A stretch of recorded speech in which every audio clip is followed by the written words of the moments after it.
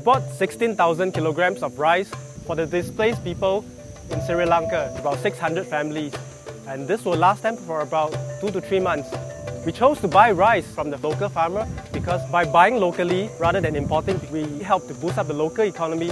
And on top of that, because it's easier for transport, we help to save fuel costs.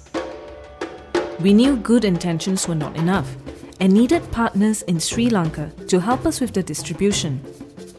We are here working with Habitat for Humanity together on the rice project because our final goal, is actually to build houses for some of the displaced families along the eastern coast of Sri Lanka, namely Triston, Batikalo. The first step is to give rice, and Habitat for Humanity know the people who has the need, and they know which are the houses that need to be restored, and we really hope to work with them in this first step. So right now, we're actually going to go to a rice mill to look at the rice and to buy the rice for the project tomorrow.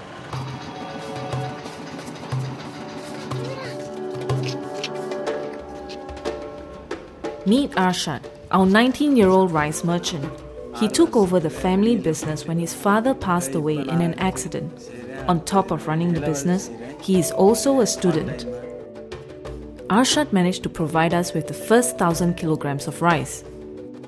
This was going to be distributed at a refugee camp at Nivali Beach.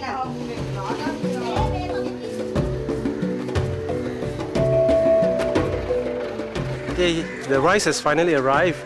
There's about 1,000 kilos here, and we are going to give them out to about 50 families here. We have to identify them according to their identity card so that everybody can be fair and get the rice.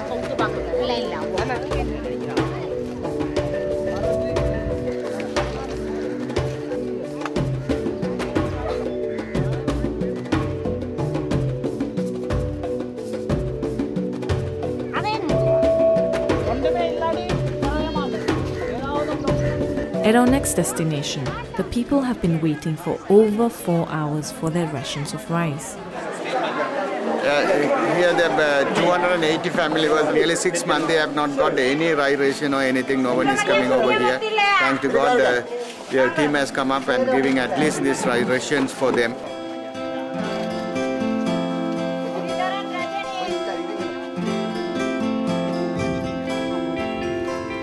As the refugees take their rice home, some of our volunteers help them with their load. On the short journey, they share with us their stories. We're just helping them carry their rice back to their home. Yeah, it's over there. How long since they last received aid?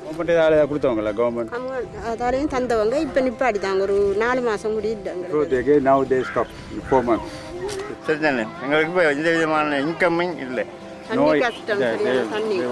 income, no chance, no money. There is no water supply, toilets problem, housing. We have altogether 385 families and only we got 75 houses. Most of these houses are temporary huts that barely provide shelter from the rain. They are small and cramped, with no furniture. All members of the family sleep in the same area on the floor. Despite their best efforts, it is difficult to maintain hygiene. Talking to them as we distribute the rice rations, we realize that the food is just a temporary measure. Their greatest need is for adequate housing. Evacuated from their farms and homes because of war or tsunami, they now live in terrible conditions. Some of them have been living in refugee camps for years. What you see behind me is a community hall that's been made into a makeshift housing for over 300 people. They all stay in little rooms that measure no more than 2 by 3 meters. And in that room, up to 5 people, 6 people can stay. We met a young man who has a family of 5. I live in mother and 2 sisters and 1 brother. They cook in that room, they sleep in that room. There's a shared lavatory outside. Water only turns on twice a day for an hour. It's crazy, it's extremely humid. There's no electricity, at least not enough for the fans to work. And they all share tiny fluorescent bulbs to read by or to just spend the night by. So it's incredibly cramped conditions. and they're all waiting for housing to be ready for them. At every refugee settlement we visit, we take the time to get to know the people that we are giving the rice out to. Hi, I just finished interviewing Madam Valatalani. She's a 38-year-old single mom of 2. Her house was destroyed when local mobs came angrily and burned down and destroyed what you see behind me. She has no roof over her head, and all she has is a room at her neighbour's further down the road. So it cost about $2,000 to build a new home for her, but somehow she's not getting the help that she deserves. So I think it's very meaningful to be here to help spread her story and awareness to what happens in other parts of the world besides our own. I guess you have a whole new idea of what it means raising a family.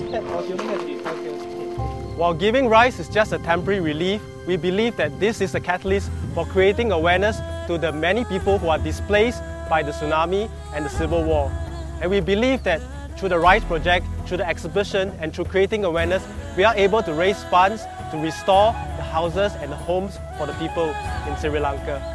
It was humbling to experience the courage and optimism of the refugees. Despite the odds, they had hope for the future.